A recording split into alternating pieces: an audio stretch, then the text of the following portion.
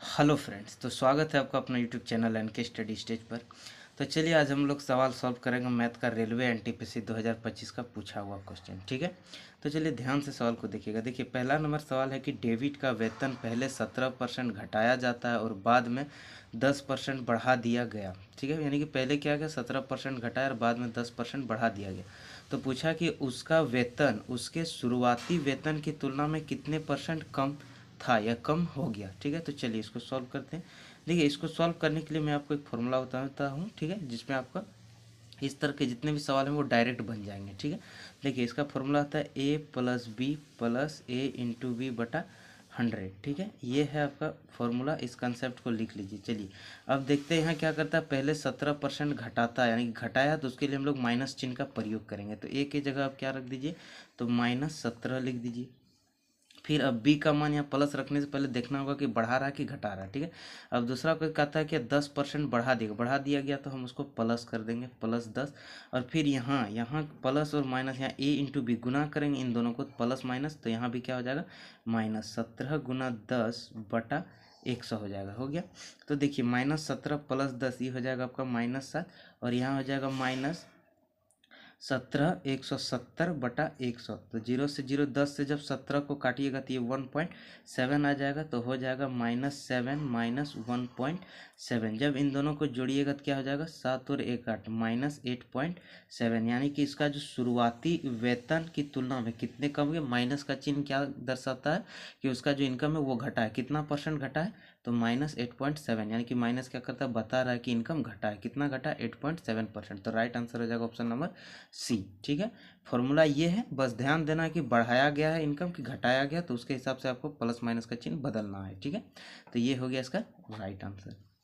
चलिए अब चलते हैं क्वेश्चन नंबर 2 पे। क्वेश्चन नंबर 2 क्या कहता है, तो क्वेश्चन नंबर 2 कह रहा है कि 1/20 1/30 का कितना प्रतिशत है। 1/30 का कितना प्रतिशत 1/20 है। तो चलिए सॉल्यूशन करते हैं।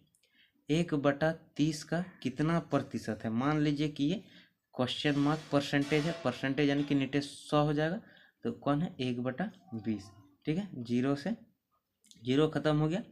चलिए 0 से 0 खत्म हो गया। अब करना क्या है इसको, तो ये हो जाएगा क्वेश्चन मार्क्स बटा 300 बराबर हो जाएगा 1/2। तो ये क्रॉस मल्टीप्लाई हो जाएगा ऐसे और ऐसे, यानी कि हो जाएगा 2 गुना क्वेश्चन मार्क्स बराबर 300। तो क्वेश्चन मार्क क्या हो जाएगा 300/2, तो 2 से 300 कट जाएगा 150। परसेंटेज में पूछा तो परसेंटेज का साइन, तो 1/20 1/30 का कितना है, तो याद रखिए 150%, जो कि ऑप्शन नंबर आपका सी राइट हो जाएगा। ठीक है, चलिए अब चलते हैं लास्ट सवाल पे, क्वेश्चन नंबर 3। इसी तरह की वीडियो आपको डेली मिलेंगे, बस आप चैनल को सब्सक्राइब कर लीजिए। मैं जिसमें है रेलवे मैथ्स, एसएससी मैथ्स सबका सॉल्यूशन कराने वाला हूँ, और ये जो चैप्टर का सॉल्यूशन लिए परसेंटेज का है। ठीक है, चलिए एक म्यूजिक सेट की मूल कीमत 8,000 है। कितना है, 8,000 है। उसकी कीमत में 12% की कमी की गई और फिर 25% की वृद्धि की गई, तो नई कीमत क्या है। चलिए हम लोग इसको सॉल्व करेंगे फ्रैक्शन से। देखिए 12% के जब फ्रैक्शन वैल्यू इसको बदलिएगा तो 12/104 से काटिएगा तो 3/25 हो गया। अब चलिए 25% का जो फ्रैक्शन वैल्यू होता है वो होता है 1 वृद्धि किया गया तो +1, यहाँ भी क्या किया 12% की कमी किया गया तो ये हो जाएगा 3। चलिए अब देखिए 25 में क्या किया 3 घटाया गया तो बचेगा कितना 22। यहाँ क्या किया गया 4 से 25% बढ़ाया गया, यानी कि पहले 4 था अब कर दिया गया 5।